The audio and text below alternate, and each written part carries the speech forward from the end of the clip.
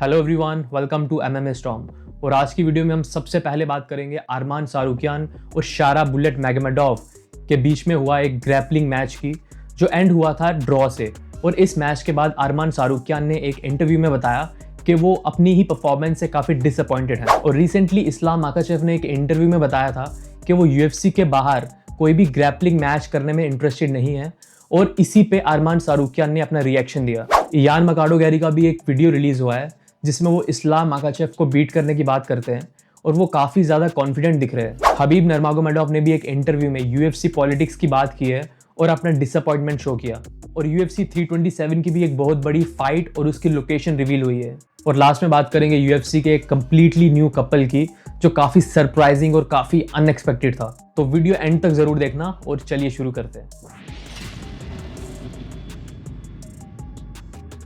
तो सबसे पहले बात करते हैं अरमान सारूकियान और शारा बुलेट मैगोमेडोव की। आर्मेनिया में हाइप फाइटिंग चैंपियनशिप के अंदर इन दोनों फाइटर्स का एक 6 minute only submission grappling match हुआ था और दोनों फाइटर्स में से कोई भी किसी को सबमिट नहीं कर पाया था एंड इवेंचुअली ये मैच ड्रॉ हो गया था। और मैच के बाद अरमान सारूकियान ने एक इंटरव्यू में बताया कि उनको पहले से ही पता था कि या तो वो शारा बुलेट को सबमिट कर देंगे या तो ये मैच ड्रॉ हो जाएगा and there is no way that Shara Bullet can submit him. और उन्होंने ये भी बताया कि उनको पहले से ही पता था कि शारा बुलेट बस डिफेंस करेंगे and hill keep running around till the end.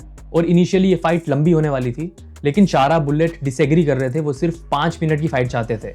और कुछ डिस्कशंस के बाद इवेंचुअली शारा बुलेट 6 मिनट के मैच पे एग्री किए। लेकिन वो खुद की ही परफॉर्मेंस से डिसअपॉइंटेड हैं, बिकॉज शारा बुलेट ने तो जैसा एक्सपेक्टेड था वैसा ही परफॉर्म किया। लेकिन अरमान को लगता है कि उन्होंने खुद अंडर परफॉर्म किया इस मैच में। रिसेंटली इस्लाम माकाचेव ने भी एक इंटरव्यू में बताया था कि वो यूएफसी के बाहर जाके कोई भी ग्रैपलिंग मैच नहीं करने वाले हैं। और अरमान सारूकियान इसी पे अपना रिएक्शन देते हुए बोलते हैं कि उनको भी यही लगता है, इस्लाम माकाचेव यूएफसी के बाहर कोई भी ग्रैपलिंग मैच नहीं करेंगे, बिकॉज यूएफसी उनको हर एक फाइट का काफ़ी ज़्यादा पे करता है और उनको लगता है कि कोई भी प्रमोशन इस्लाम माकाचेव को अफोर्ड ही नहीं कर पाएगी फॉर ए ग्रैपलिंग मैच। तो अब बात करते हैं इयान मकाडोगेरी की। उनका एक वीडियो रिलीज हुआ है जिसमें वो इस्लाम माकाचेव से फाइट करने की बात करते हैं और वो बोलते हैं कि उनको कोई ज़रूरत नहीं है इस्लाम माकाचेव से कोई भी आर्ग्यूमेंट करने की या उनसे फाइट पिक करने की, बिकॉज जब वो इस्लाम से फाइट करेंगे और pound for pound number 1 fighter को हरा देंगे तो इस्लाम के पास कोई भी एक्सक्यूज़ नहीं बचेगा। बिकॉज इयान मकाडोगेरी का कहना है कि इस्लाम कुछ ना कुछ एक्सक्यूज़ बनाते रहेंगे, बट वो कभी ये नहीं बोलेंगे कि शायद इयान मकाडोगेरी उनसे बेटर फाइटर है। There's going to be no excuses from anyone on the planet. When I beat him, I have beaten the greatest pound-for-pound fighter on the planet right now. Your excuses are all finished. There's none. Don't look for them. Don't pick on them. I'll beat the number 1 pound-for-pound on the planet. I'll beat a champion of the world, and then we can start the aggressive. Say as well, like it's not small level. No, he's a big dude. You're like, There's no excuses. No, none whatsoever.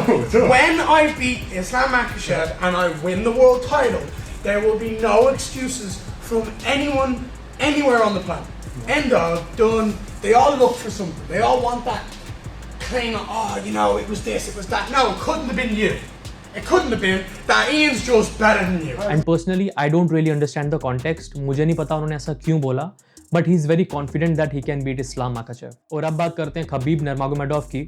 उन्होंने एक interview में UFC के system को लेकर काफ़ी disappointment show किया है and he is not happy with the politics in the UFC. उनका कहना है कि यूएफसी अपने फाइटर्स के कॉन्ट्रैक्ट रीन्यू नहीं कर रहा है। यूएफसी में कुछ फाइटर्स ऐसे भी हैं जिनका एक भी लॉस नहीं है, बट स्टिल यूएफसी उनके कॉन्ट्रैक्ट को कट कर रहा है। और उसका रीज़न ये हो सकता है कि वो लोग इतने पॉपुलर नहीं है, तो यूएफसी फाइटर्स की बस फाइटिंग स्किल्स ही नहीं देख रही, वो फाइटर्स की पॉपुलैरिटी, उनके फॉलोअर्स और उनके हेयर कट पे ध्यान दे रही है। और खबीब ने यह भी बताया कि जब वो यूएफसी में थे तो उनको भी एक निकनेम रखने के लिए बोला गया था, बिकॉज उनका लास्ट नेम नर्मागोमेडोव को प्रोनाउंस करना काफ़ी डिफिकल्ट था।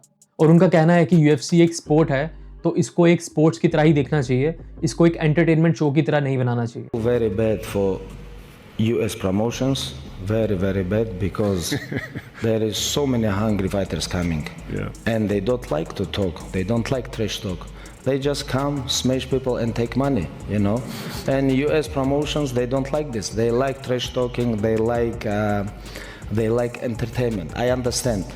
In one way, it's business, but in other way, end of the day, this is sport. It's sport, 1-on-1. You go alone inside the cage, and we will see who's the best in the world, you know. But a lot of young guys coming. a lot. और Tom Aspinall का भी एक interview release हुआ है जिसमें वो बोलते हैं कि उनको कम बैक करने के लिए कोई भी जल्दी नहीं है, वो अपना पूरा टाइम लेंगे रिकवरी करने के लिए, और जब वो 100% फिट हो जाएंगे तभी वो अपना कम बैक करेंगे। जब टॉम एस्पिनॉल और सिरिल गान की फाइट हुई थी और टॉम एस्पिनॉल को दोनों आंखों में पोक किया गया था, तब ऐसा लग रहा था कि टॉम एस्पिनॉल को बस एक ही आंख में लगी है, और ऐसा बोला जा रहा था कि UFC जल्द ही ये फाइट रीबुक करेगा। बट बाद में पता चला कि टॉम एस्पिनॉल को दोनों आंखों में काफ़ी ज़्यादा इंजरी हुई है और उनको भी रिकवरी में और टाइम लगेगा। और अब बात करते हैं UFC 327 के एक अनऑफिशियल अपडेट की। एक बहुत बड़ा मैचअप रिवील हुआ है।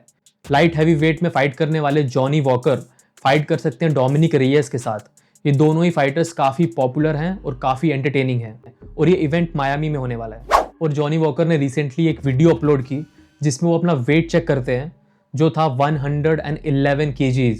तो वो ऑलरेडी एक हैवी वेट हैं और वो अपना इंटरेस्ट शो करते हैं हैवी वेट डिवीजन में मूव करने के लिए। और अब बात करते हैं न्यू ईयर के सबसे शॉकिंग और सबसे अनएक्सपेक्टेड अपडेट की। एलेक्स पेरेरा और ट्रेसी कॉर्टेज इंस्टाग्राम में एक स्टोरी अपलोड करते हैं जिससे देखकर it's very evident that both of them are dating, और दोनों ने न्यू ईयर साथ में सेलिब्रेट किया। तो एलेक्स पेरेरा ट्रेसी कॉर्टेज को डेट करेंगे, it was just unexpected and it was definitely a shock for all the fans. तो आज के लिए बस इतना ही। Thank you so much for watching, और मैं मिलूंगा आपसे नेक्स्ट वीडियो में। Till then, peace out.